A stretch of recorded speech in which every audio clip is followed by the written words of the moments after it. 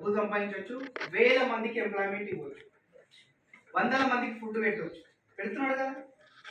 ఒక బ్రాంచ్లో 100 మందికి ఫుడ్, 2-3 బ్రాంచ్లు 300 మంది, నెల్లూరు బ్రాంచ్లో 50 మంది, 350 మందికి ఎవ్రీడే ఫుడ్ పెడతాం. ఇంకేం కావాలి పుణ్యం? మరి మనమంటూ ఒక 10 మందికి ఫుడ్ పెట్టలేమా? మనకంటూ ఒక లక్ష్యం ఉండాలి కదా. అందుకు సన్ రైజ్ ఇన్ఫ్రా ప్రాపర్టీస్లో మీరు జాయిన్ అవ్వాలి. స్కైలైన్ టీంలో సక్సెస్ అవ్వాలి. సక్సెస్ అవ్వడానికి 7 స్టెప్పులు ఉంటాయి రియల్ ఎస్టేట్. ఒకటి, డ్రీమ్ అనేది లేకపోతే ఈ బిజినెస్కి సూటబుల్ కాదు. ఫస్ట్ డ్రీమ్స్ ఉండాలి.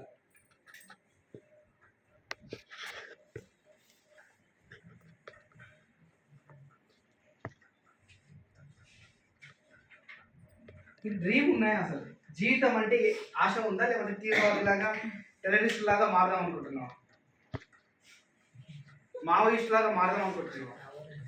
నిజమండి, నాకు ఒకసారి పిచ్చిలేస్తుంది. రోజు ప్రతి వారానికి ఇట్లా 50 మంది 20 మంది వస్తున్నారు, ఒక్కరు కూడా సక్సెస్ అవ్వలేకపోతున్నారు. పిచ్చిలేస్తుంది నాకు ఒక్కసారి.